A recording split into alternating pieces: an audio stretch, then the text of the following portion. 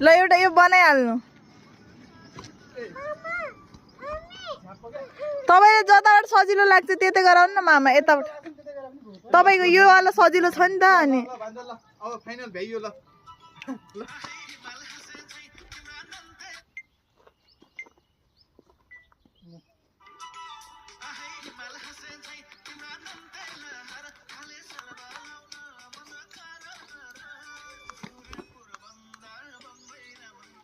मेरो